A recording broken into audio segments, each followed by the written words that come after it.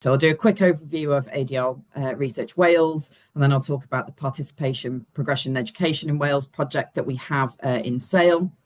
And I'll talk about kind of four key kind of areas that we've looked at. One is the core subject indicator of achievement, which is kind of achieving A to C grades in certain GCSEs. Geographic spatial analysis of Key Stage 4 attainment, looking at kind of lower super output area clustering of attainment. Some information that we found through careers guidance, looking at the provision of careers guidance through Careers Wales in schools. And some evidence from a big report that we did in collaboration with the Wales Centre for Public Policy that looked at participatory education across the tertiary sector. So that's sixth forms, FE colleges and HE. So ADR, the partnership is across the UK.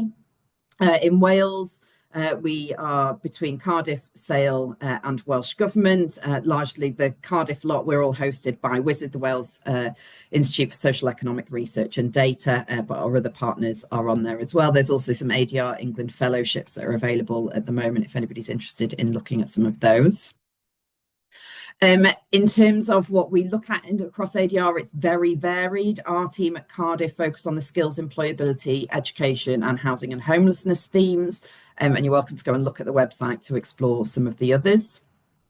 In terms of our project, we've got a very large project with lots of people accessing it in Sale, but we have a lot of different education data sources. So our key data source are the PLASC, which is the pupil level annual school census, which contains key information about the learners.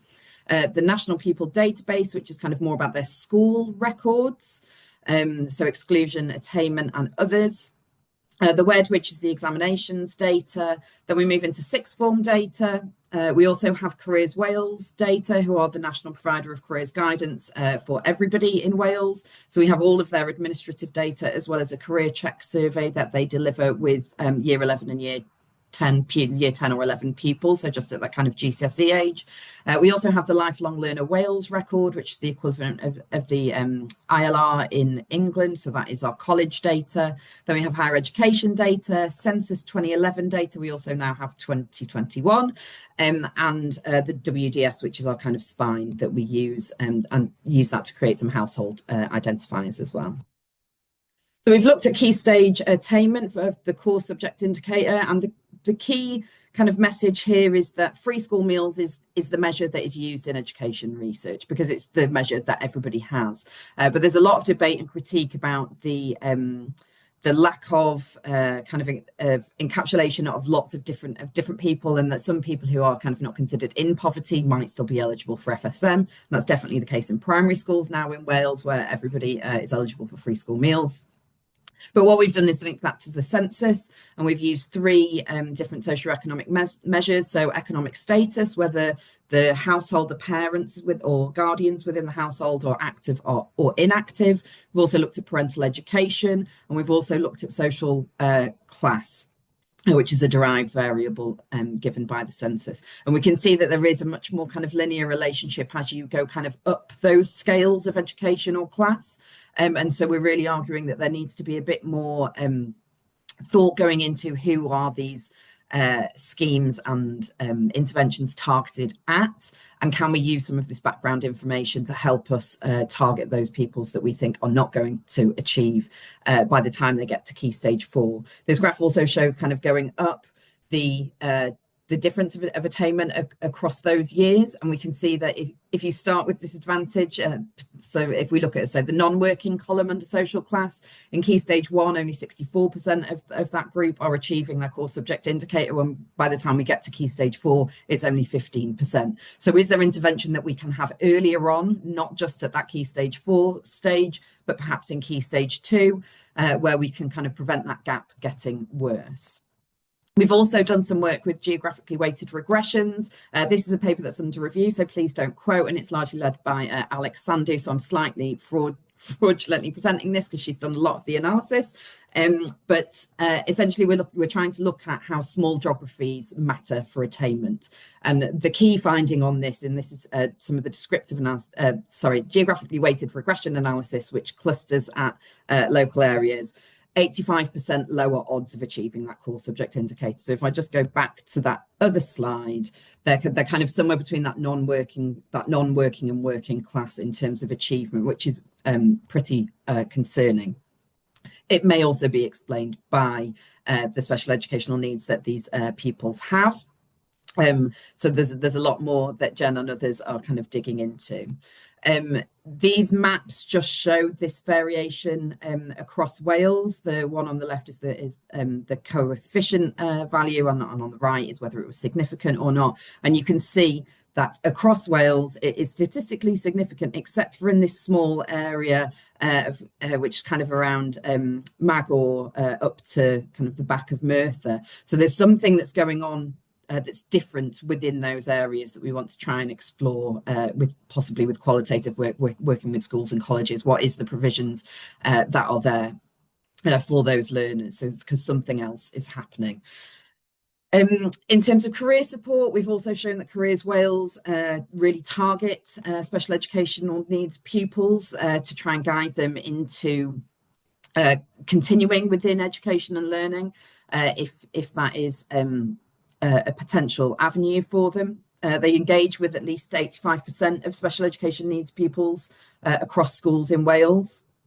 And we've also shown that the type of intervention that is had for all pupils has an impact on their continued progression through education in Wales. So where learners, particularly those that are male, free school meal status, and those that have special education needs, they're far more likely to continue with education if they've had a careers guidance interview, which is kind of the highest level of careers guidance that's offered by Careers Wales, which is with a qualified professional, and it's usually a one-to-one session, but support networks can be invited to that meeting as well, so they're not necessarily done alone.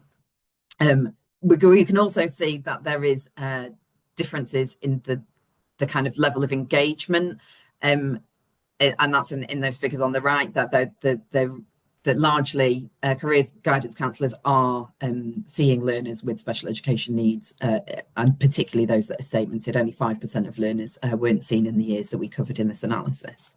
And there's links on all of this if you want to go and have a look at it, because I'm just rambling through. The final project I think that I'm going to talk about is the Careers Wales, the WCPP project that we did. So this mapped Key Stage 4 leavers all the way into higher education, where we could, given our timelines. We showed kind of the pathways through, and if we bear those kind of figures of around 50% go into FE and around 33% go into sixth form, and it's around 40% of our total population that go on to HE. If we look at that for special education learners, we can see that there's quite different results compared to those quite high, sort of 88% of our learners going on to something. So it is 38% of learners with no known SEN go on to sixth form. When we get to statemented SEN status, it's only 9%. My little thing's floating over here, so I can't see what that number is there. And 66% going into FE. So we can see that there is a massive skew for us and learners going into FE colleges rather than sixth form colleges. If we look then at what the types of courses they are doing are, we can see that that choice is probably largely driven by the types of education that people are undertaking. So they're less likely to be enrolled in AS or A levels. They're far more likely to be enrolled in vocational programs or work-based learning, like apprenticeships and other kind of entry-level courses. If we examine that work-based learning in a little bit more detail, we can see that statemented and Action Plus learners are far more likely, and actioned learners, so all of the senses are far more likely to do engagement level training, which is usually things like CV writing, kind of basic employment skills or other education. Level 1, again, is higher than those with no SEN status across all three of our different groups that are in the data. See similar patterns in foundation and apprentice.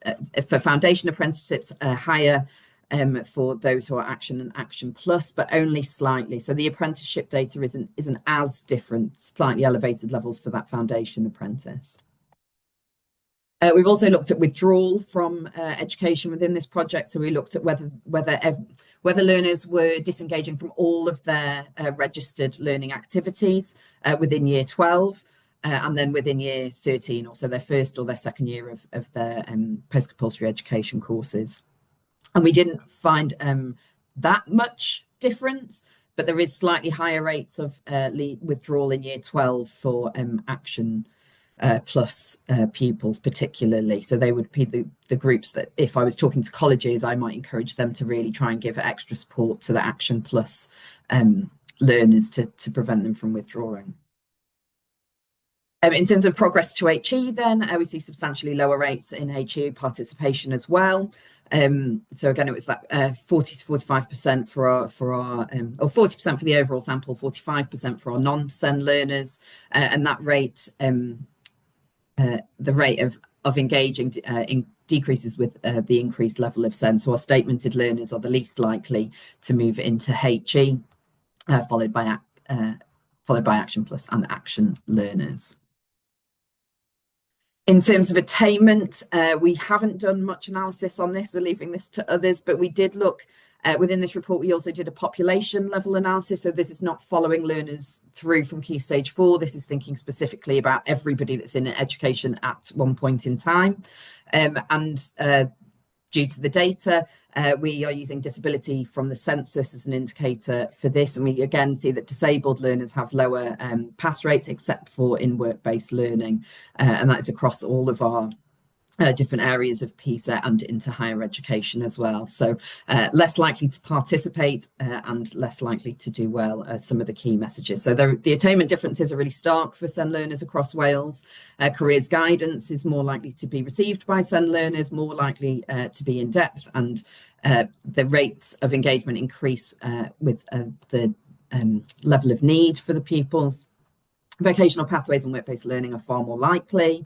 Withdrawal shows limited variation, but there are concerning levels of low attainment among disabled learners, which I totally understand is not the same category as SEN. It's a much broader. That's my brief introduction, and always an acknowledgement and a thank you to SAIL and ADR for their funding.